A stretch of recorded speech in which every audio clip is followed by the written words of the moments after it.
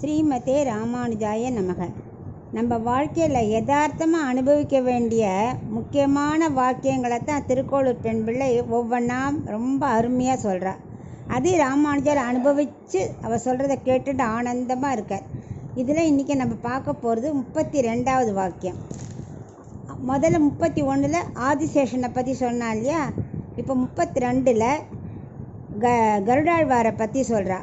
கொண்டு திரிந்தேனோ திருவடியை போலே. திருவடினா கருடாழ்வாரை குறிக்கும். பெரிய திருவடினா கருடாழ்வார், சின்ன திருவடினா ஆஞ்சநேயர். கருடாழ்வார் என்ன பண்ணுவாராம், எப்போ தன் 2 கையும் நம்ம படத்தில் பார்த்துருப்போம், இல்லை விக்கிரகத்தில் பார்த்துருப்போம், வாகனமாலாம் பார்த்துருப்போம்.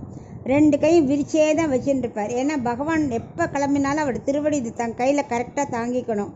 அப்படி தயார் நிலையிலேயே இருப்பாராம். அவர் வரட்டும், வந்தப்புறம் பார்த்துக்கலாம் அப்படிலாம் கிடையாது. எப்போ பார்த்தாலும் ரெடியாக சேவைக்காக ரெடியாக காத்துட்டுருப்பாராம். பகவான் திருவடி பாடுறதுன்னா சும்மாவா, அதுக்காக காத்துட்டுருப்பாராம். அந்த கருடாழ்வாரை பற்றி தான் இன்றைக்கி அவர் சொல்கிறா. வைனதேயனான பக்ஷிநாத், அவருக்கு பேர் அதுதான். பக்ஷிநாத்னா கருடாழ்வார்னு அர்த்தம். அவர் வினதையோட மகன். வினதைக்கு 2 பையன்.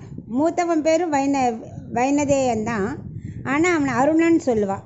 இவரை கருடன். அருணன் யாருன்னா சூரியனுக்கு சாரதியாக இருக்கிறவர். கருடன் பெருமாளுக்கு எதிர்த்தாப்போல் நம்ம எப்பவும் பார்த்துருப்போமே, கருட சன்னதி இருக்கும். கருடாழ்வார் சன்னதியை பார்க்காம இருக்கவே முடியாது. எந்த தீர்த்தவாரியாக இருக்கட்டும், கும்பாபிஷேகமாக இருக்கட்டும், எனி உற்சவம் கண்டிப்பாக கருடரோட வாகனம் இருக்கும். கண்டிப்பாக அதில் பெருமாள் எழுவர். அந்த சமயத்தில் கூட கருடன் வட்டமிடும். நம்ம பார்த்துருக்கோமே, நிறையா நடக்கும்போதெல்லாம் கும்பாபிஷேகத்தப்பெல்லாம் மேலே கருடன் வட்டமிடுவார். ஸோ அந்த கருட சேவை ரொம்ப விசேஷம். இந்த பெருமாளை கருட வாகனத்தை சேவிக்கிறதே நமக்கு ஒரு பெரிய பாக்கியம். இதில் என்னென்னா, கத்ரு வினதேன் 2 பேர். கத்ரு பாம்புகளுக்கெல்லாம் அம்மா, வினதே கருடனுக்கு அம்மா. இந்த வினதையை என்ன பண்ணுறா, கத்ரு தன்னோட அடிமையாக வச்சுன்றா. ஸோ அது ஒரு பெரிய தனி ஸ்டோரி. பட் அந்த வினதை அம்மாவை கத்ருட்டேருந்து காப்பாற்ற தான் கருடாழ்வார் என்ன பண்ணுறார், நேர இதுக்கு போகிறார், தேவேந்திர லோகம். ஏன்னா அங்கே தான் அவள் சொல்கிறா, கத்ரு சொல்கிறா, என் பிள்ளைகள்லாம் உன் அம்மா விடணுமானா நீ அமிர்த கலசம் எடுத்துன்னு வரணும். அது எங்கே இருக்குன்னா தேவலோகத்தில் இருக்குது. ஸோ கருடன் உடனே கிளம்பிடுறேன்னா தம் அம்மா வச்சே, அம்மா விடுவிக்க வேண்டாமா.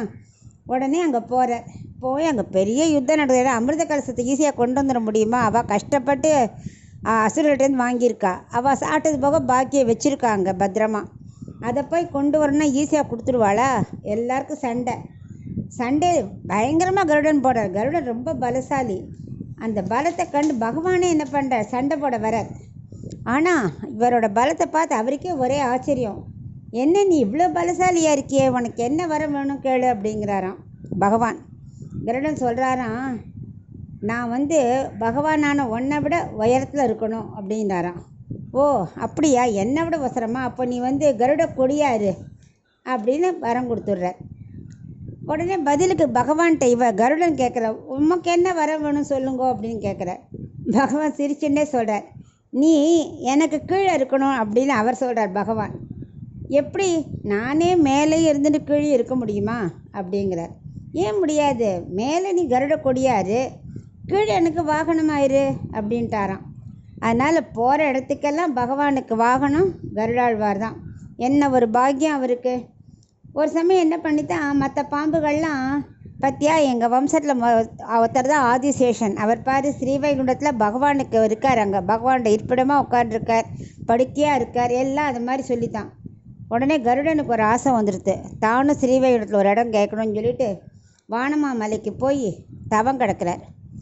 அந்த தவம் கிடந்தோடனே பகவானுக்கு பிரத்யட்சமாயிடுறார். இப்போ என்ன வர வேணும் கேளு அப்படிங்கிறாரு. அதுக்கு பகவான் கருடன் சொல்கிறார், எனக்கு ஸ்ரீவைகுண்டத்தில் எனக்கும் ஒரு இடம் கொடுக்கணும் அப்படிங்கிறாராம். ஸோ இந்த நித்திய சூரியான ஆதிசேஷன் மாதிரி கருடாழ்வாரும் அங்கே இருக்கார். எப்போனாலும் பெருமாள் கிளம்பணுன்னா அப்படி ரெடியாக, எப்போவுமே ரெடியாக இருப்பார். கஜேந்திரனை கூப்பிட்ட குரலுக்கு பகவான் கருடன் மேலே ஏறி ஓடி வந்தார். எங்கேனாலும் ரட்சிக்கணும்னா பகவானுக்கு கருட வாகனம் தான் வேணும். கொண்டு திரிந்தேனோ கருடனை போலே, அதைத்தான் அவர் சொல்கிறா. எப்படி அவர் கைங்கரியம் பண்ணினார். அது மட்டுமா, துருவனுக்கு காட்சி கொடுக்கும்போது கருட வாகனத்தில் வந்தார். எப்போ பக்தர்களை ரட்சிக்கணும்னாலும் அவருக்கு கருட வாகனம் தான். ஏன்னா ஃபாஸ்ட்டாக கூட்டின்னு வந்துடுவார். ஸோ அவர் எப்பப்போ சுமந்து வர பாக்கியம் இந்த கருடனுக்கு கிடைச்சது. எந்த அவதாரமாக இருக்கட்டும் கருடாழ்வார் கண்டிப்பாக இருப்பார். இப்போ பெரியாழ்வார் மதுரையில் என்ன பண்ணார், யானை மேலே வந்தார் இல்லையா பரிசு வாங்கிட்டு, அப்போ மேலே என்ன பண்ணார் கருட வாகனத்தில் தான் வந்தார். பெருமாள் பூதேவி ஸ்ரீதேவியோடு வந்து காட்சி தந்தார். உடனே இவர் என்ன பண்ணார், கண் திருஷ்டிப்படுன்னு பல்லாண்டு பாடினார். அந்த மாதிரி எந்த சந்தர்ப்பத்திலையும் பகவானை சுமந்து செல்கிற பாக்கியம் அந்த கருடன் தான் பெற்றார். அந்த மாதிரி எனக்கு இல்லையே, நான் மாட்டுக்கு என்னோடய மூட்டையை தூக்கிண்டு அகம்பாவத்தை நெஞ்சில் சுமந்துண்டு இந்த ஊரை விட்டு கிளம்புறேங்கிறேனே, வைத்தமாநிதி பெருமாளைனா என் நெஞ்சில் வச்சுக்கணும், அது புத்தி இல்லை. என் கஷ்டத்தை போய் பெருசாக நினச்சிட்டு பாவத்தை சுமந்துட்டு போகிறேன் பாரு, அதுதான் எனக்கு வருத்தமாக இருக்குது. அதனால் இந்த ஊரில் இருந்து என்ன பிரயோஜனம், எனக்கு அந்த புத்தி இல்லை. கருடாழ்வார் மாதிரி பெருமாளை சுமக்கணும் தோண வேண்டாமோ, நம்ம நெஞ்சில் அவரோட நாமத்தை சொல்லிட்டு அவரை சுமந்து இருக்கிறதான் நமக்கு புண்ணியம், அப்படி எனக்கு தோணலையே அப்படிங்கிறாவ. அதனால் எப்போவுமே நமக்கு கஷ்டம் வந்தால் உடனே கிளம்புறேன் பாரு, எனக்கு மட்டும் இப்படி கஷ்டமாக கொடுக்குறாரு அப்படின்னு நினைக்கக்கூடாது. பகவான் நாமத்தை நம்ம நெஞ்சில் சுமந்துட்டே இருக்கணும், வாயால் பாடி மனத்தால் சிந்திக்கணும்னு சொல்லியிருக்கா இல்லையா ஆண்டாள். அது மாதிரி எப்பவும் அவரை சுமந்துக்கிற பாக்கியம்தான் நமக்கு இருக்கணும். அதுதான் அவள் சொல்கிறா, கொண்டு திரிந்தேனோ திருவடியை போலேன்னு. அந்த பாக்கியம் எனக்கு இல்லை, எனக்கு கஷ்டத்தை சுமக்கிறேன்னு சொல்லி என்னை யார் ரட்சிப்பாங்கிற நம்பிக்கை இல்லாமல் கருடாழ்வார் போகிற இருக்கணும். நம்ம பகவான் திருவடியை தோளில் சுமக்கிற பாக்கியம் நமக்கு இருக்கணும். அதை விட்டுட்டு கஷ்டத்தை சுமந்துட்டுருக்கேன்னு சொல்லக்கூடாது. எப்பவும் பகவானை நெஞ்சிலையும் தோளையும் சுமந்துட்டே நம்ம இருக்கணுங்கிறது தான் இந்த வாக்கியத்தில் நம்ம தெரிஞ்சுக்கிறோம்.